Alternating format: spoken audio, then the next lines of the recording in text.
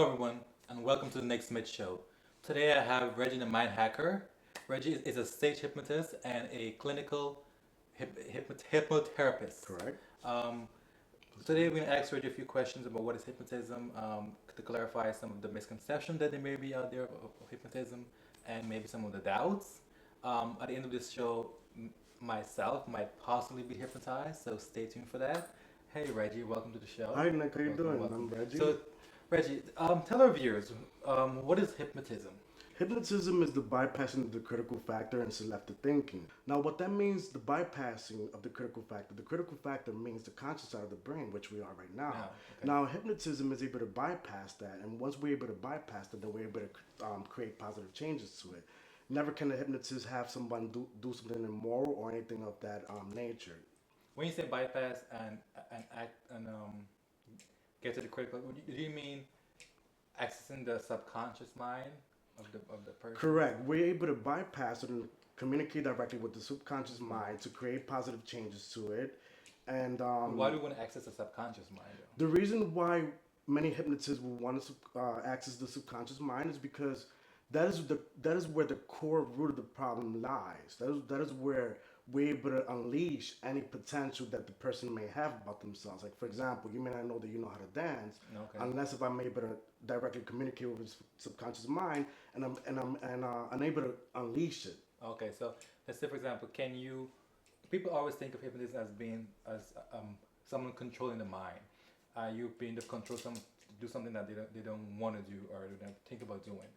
Can you make someone, for example, maybe rob a bank this week? No, hypnotism is not mind control at all.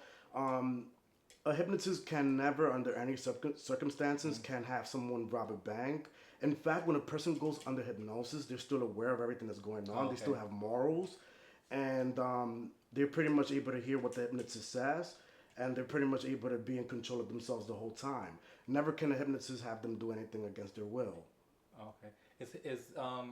Can someone, like, for example, fall asleep and not wake up?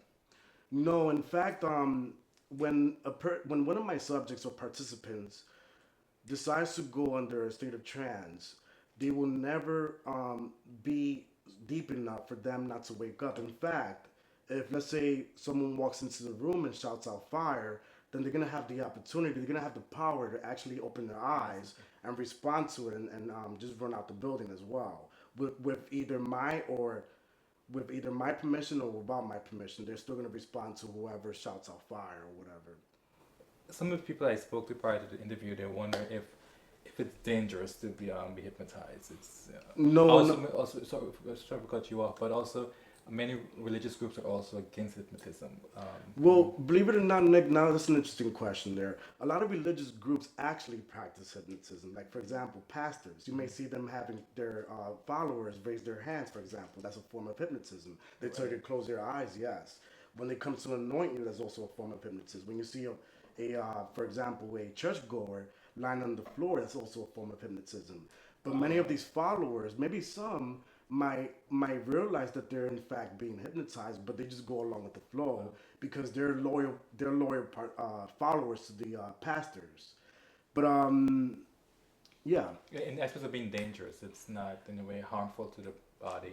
no, hypnosis is not at all harmful. In fact, when a person goes under hypnosis, they feel a sense of relaxation just flowing in their entire body, and it feels extremely therapeutic and extremely relaxing. It's nothing harmful to the body in any way, shape, or form. However, if I do try to regress them to their past life, for example, for those that believes in past life regression, then they can suffer an abreaction. Okay. Now, an abreaction is where the subject goes into some sort of tantrum, where let's say if they had a traumatic childhood, for example, if I regressed them to where let's say if they were a child or their past life and they had a traumatic event, then they're gonna get an abreaction. Now, Is that good?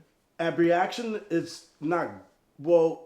It's good for someone that's a competent hypnotist that's able to bring them out of abreaction, but it's bad for a hypnotist that's not so much trained and they don't have that much experience in removing that reaction. Because what if someone went through a traumatic experience in their life, and now you were kind of making them relive it in an aspect? I mean, can that be some form of like, mentally, kind of not challenging, but in a sense, if affect them mentally?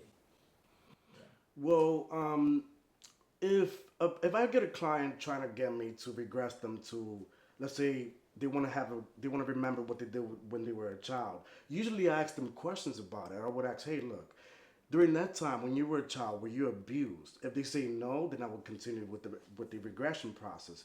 However, if they tell me that they had a traumatic episode when they were a child, then I will simply stay away from regressing them to where they want to remember, let's say, what they did when they were a child.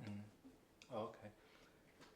What are some of the issues people come to you with and say, "Hey, Reggie, I need you to help me with this problem"? The most common issue that people come to me for is cigarette cessation. People that wants to quit smoking, or even weight loss, for example. That's the most two common attributes that people come to me for. Okay. And how are you able to do that, like today? With their permission, with their consent, I'm able to put them into a trance. Of course, if they're able to focus their minds on my voice, then I can able to eventually bypass the critical factor and establish the selective thinking, which is for me to go to, in order for me to, let's say someone comes to me for quitting smoking, in order for me to do that, of course I will have to bypass the critical factor and talk to the subconscious mind. Now once I'm there, I'm able to create that change in which they want to quit smoking for good. Okay. Has anyone ever come to you and asked something very crazy as, "I am sick with, let's say, for example, cancer. Can you help me?" Yes, I have. I've had this gentleman recently that came to me asking me if I can cure cancer. And I said I wish I could, but unfortunately I can't do that. Because when it comes to hypnosis, it doesn't have to do anything with curing a specific disease or a plague or a virus. It simply has to do more with A lifestyle change. Modifying the lifestyle modifying change. the behavioral process of the person.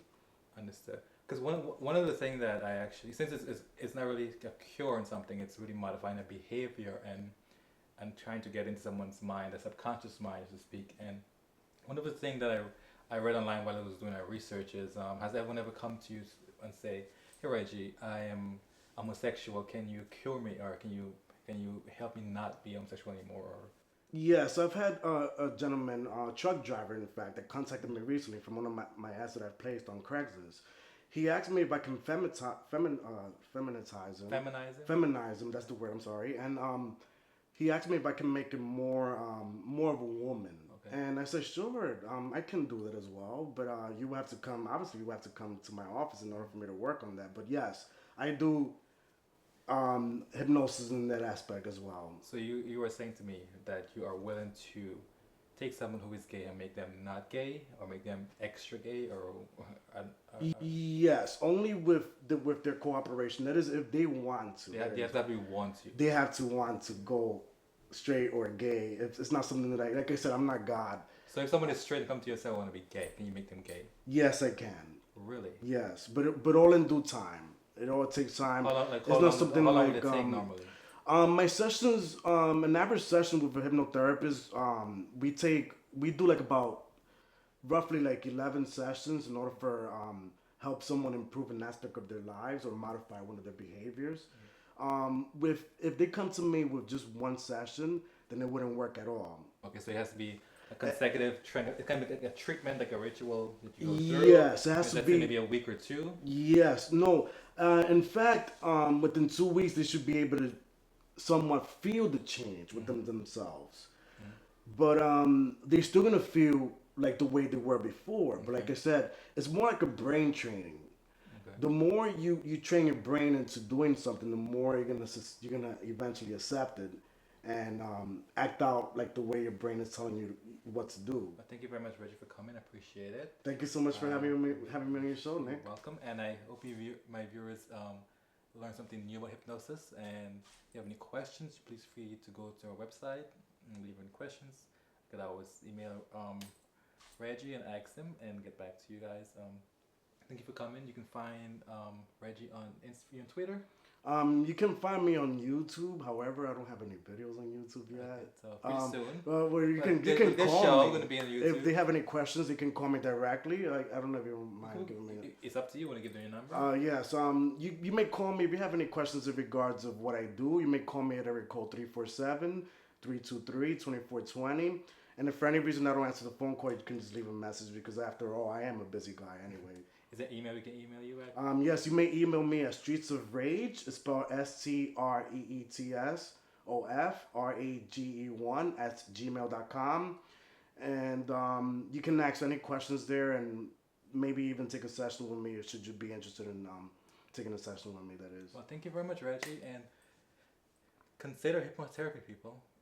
It may work for you. Thank you very much for joining us, and see you soon.